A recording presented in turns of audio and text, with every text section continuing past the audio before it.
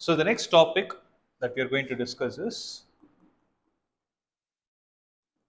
electric field due to a dipole at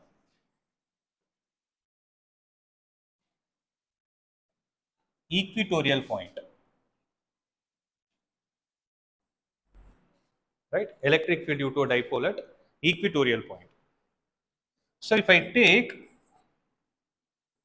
the system of dipole, that is a positive and a negative charge, first we need to understand what an equatorial point means. For that, observe.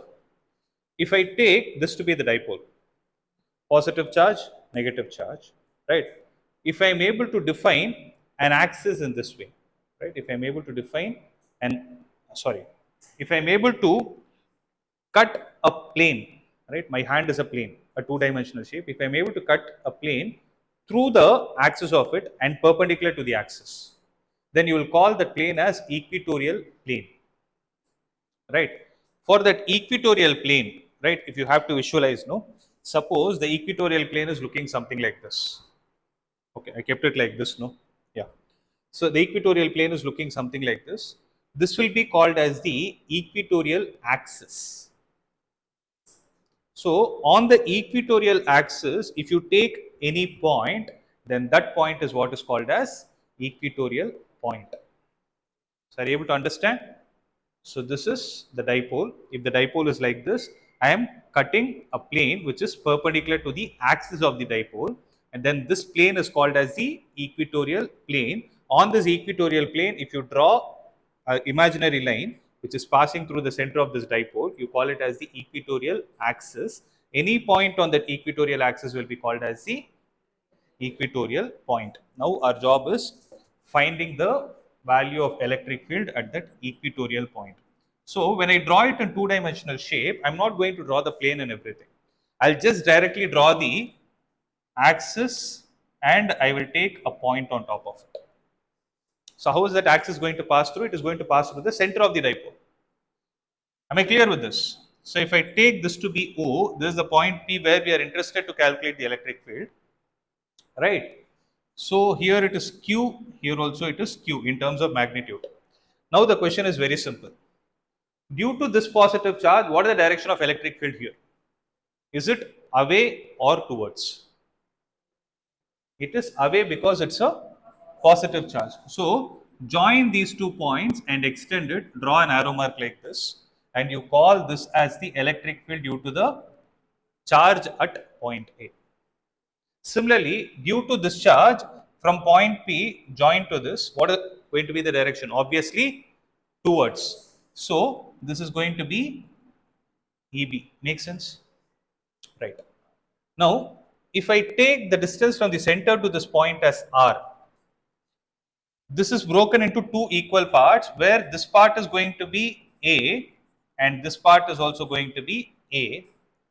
This is R, this is A. So from the right angle triangle, this is going to be root of R square plus A square. In a similar way, this is also going to be root of R square plus A square. Right? Having said this, if I take the electric field due to the charge at point A, what is it going to be?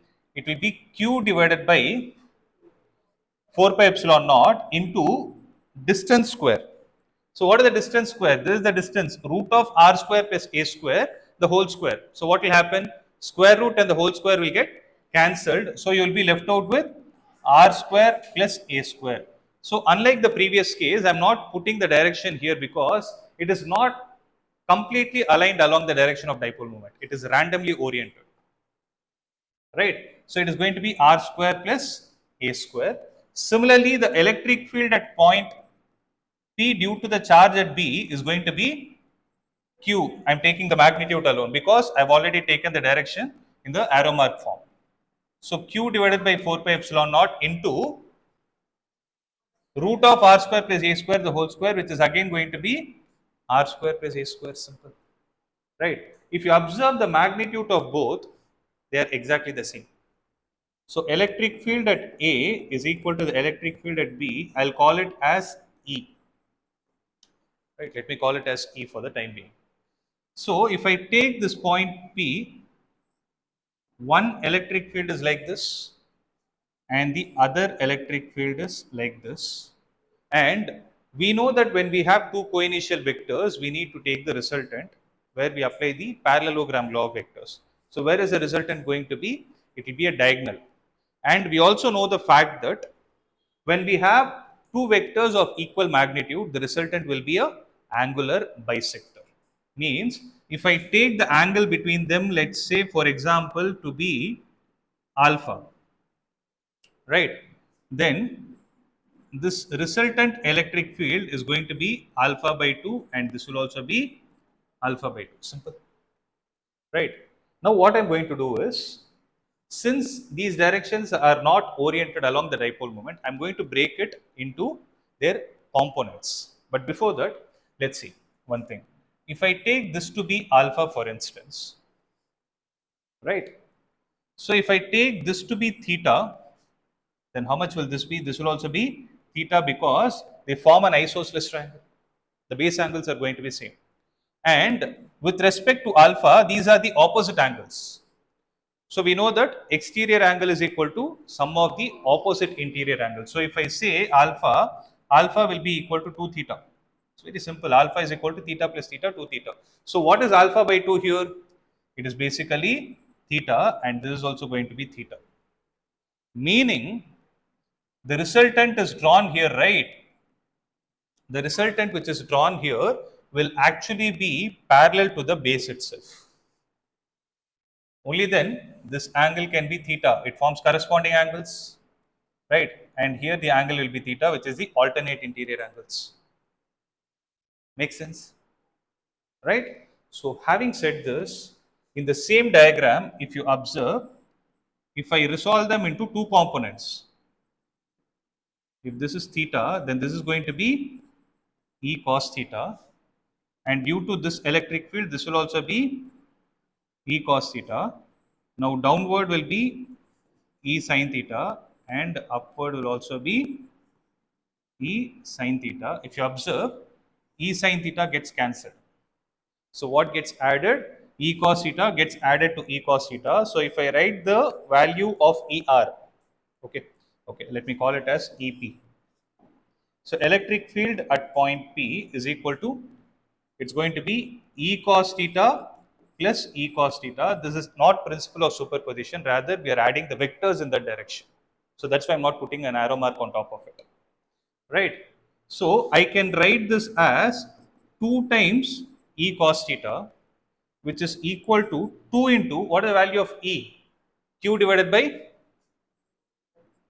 4 pi epsilon naught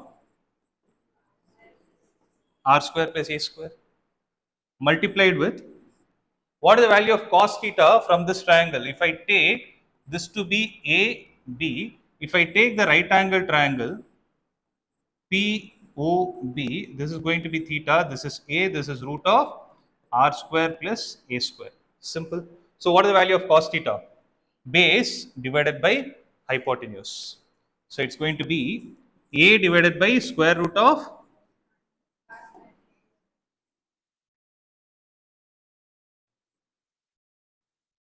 one minute, square root of R square plus A square. Now it's very simple. So 2 into Q into A is dipole moment divided by 4 pi epsilon naught into R square plus A square multiplied with R square plus A square to the power half. So A square into A power half will be A power 3 by 2. So here it will be R square plus A square the whole power 3 by 2. But we know the approximation. What is it? We know that R is very much greater than A, which implies R square plus A square is also approximated to R square. So R square plus A square is approximated to R square. So R square is left inside. R square to the power of 3 by 2 is R square to the power 3 by 2. 2 and 2 will get cancelled. You will be left out with R cube. So what will be the answer? It will be P divided by 4 pi epsilon naught R cube. And now if I write the same value as, I mean, if I replace EP with E equatorial, they both mean the same. So if I write it as a vector quantity, then it will be P divided by 4 pi epsilon naught R cube. Now look at the direction. Dipole moment is in the leftward direction and electric field is in the rightward direction. So this will be minus of P cap, meaning the electric field due to a dipole at equatorial point is always in the direction opposite to the dipole moment. It is always in the direction opposite to the dipole moment. So E equatorial is always in direction opposite to the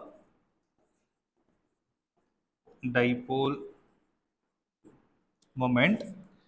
And if you look at the magnitude of this is exactly the half of what we saw in the previous case. In the previous case, it was 2p divided by 4 pi epsilon naught r cube, whereas here it is p divided by 4 pi epsilon naught r cube. Having said this, what we can conclude is electric field due to axial, the magnitude of this is always